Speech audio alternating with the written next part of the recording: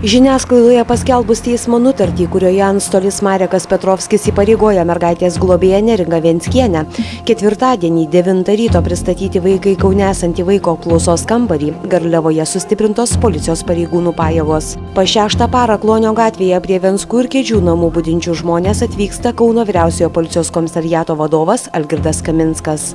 Pareigūnas trumpai išdėsto, kokia atsakomybė laukia tų, kurie neleis išvežti mergaitės.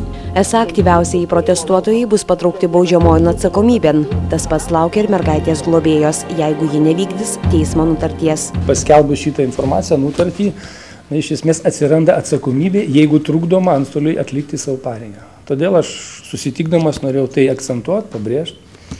Jokių būdų ne žmonės tikslas gąsdinti ar ką nors, bet tiesiog, kad jau atsiranda atsakomybė, jeigu bus trukdoma savo kažkokiais tai veiksmais. Jeigu bus trukdoma, kokie policijos?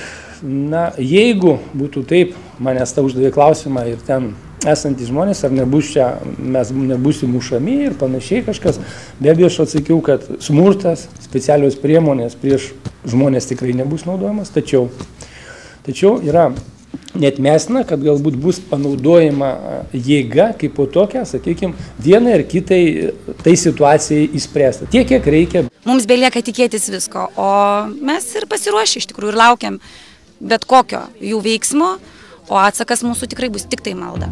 Kėdžių namus jau 6 para Kylai saugantys žmonės panašu nėra vieningai apsisprendę, kokios strategijos laikysis atiduodant vaiką.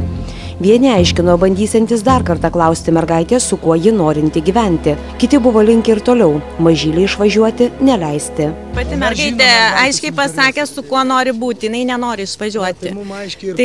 Tai jeigu mergaitės, kaip prezidentė įsireiškia, yra aukščiau nuomonė, tai mes ją ir laikomės. Tikrai, vaiko nuomonė yra aukščiau už viską. Netiduosiu mergaitės, nei už ką. Nesitrauksim, nei žingsnių, netiduosim mergaitės. Ir tegu girdi Laimutė. Netiduosim mes mergaitės. Prieš pietą aplankyti Kedžių ir Stankūnaitės dukrelės atvyksta 2 Kauno rajono vaiko teisių apsaugos tarnybos darbuotojos ir psichologė. Esą norima išsiaiškinti, kaip jaučiasi mergaitė, kokia jos psichologinė būklė. Mūsų tikslas yra įvertinti vaiko savijautą ir įsitikinti, kad vaikas šiuo metu yra prižiūrėtas, saugus ir ar viskas yra gerai. Prie namų jas pasitikęs Drąsiaus Kedžio pusbrolis mergaitės dėdė prašo pareigūnų leidimo apklausą filmuoti, tačiau negauna. O galim nusifilmuoti, ką jūs kalbėsite su vaiku, ar ne? Ne, tikrai ne. Tikrai negalime. Tikrai ne. Po trumpų dėrybų specialistės įleidžiamos pas mergaitę. Mažylės apklausa vyko maždaug 1,5 valandos. Specialistė su Kedžio dukra bendravo piešdamos ir žaisdamos. Išėjusios Kauno rajono vaiko teisių atstovės ir psichologija buvo lakoniškos.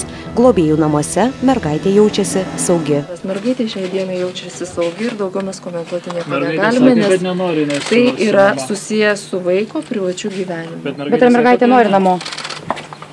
Išsakyti savo nuomonę žmonės renkasi vis išradingesnius būdus. Pastaruoju metu užsienyje parodas nuolat rengiantis dailininkas Rimantas Radišauskas sako, šį įvykį nutaręs įamžinti viename iš savo paveikslų. Pirmąjį žiurkių ciklas pavadinimu įvardytą paveikslą dailininkas nutapė prieš 18 metų. Paskutinį jį baigė prasidėjus vadinamai pedofilijos bylai. Neįvykdžius Kėdainių rajono apylinkės teismo sprendimo geruoju grąžinti mergaitę motinai, mažylės globėjai Neringai Venckienei gali būti pradėtas ikiteisminis tyrimas ir gresia baudžiamoji atsakomybė. Prieš tai teisėjai turėtų būti panaikintas imunitetas. Reporterė Edita Norkienė, Kaunas.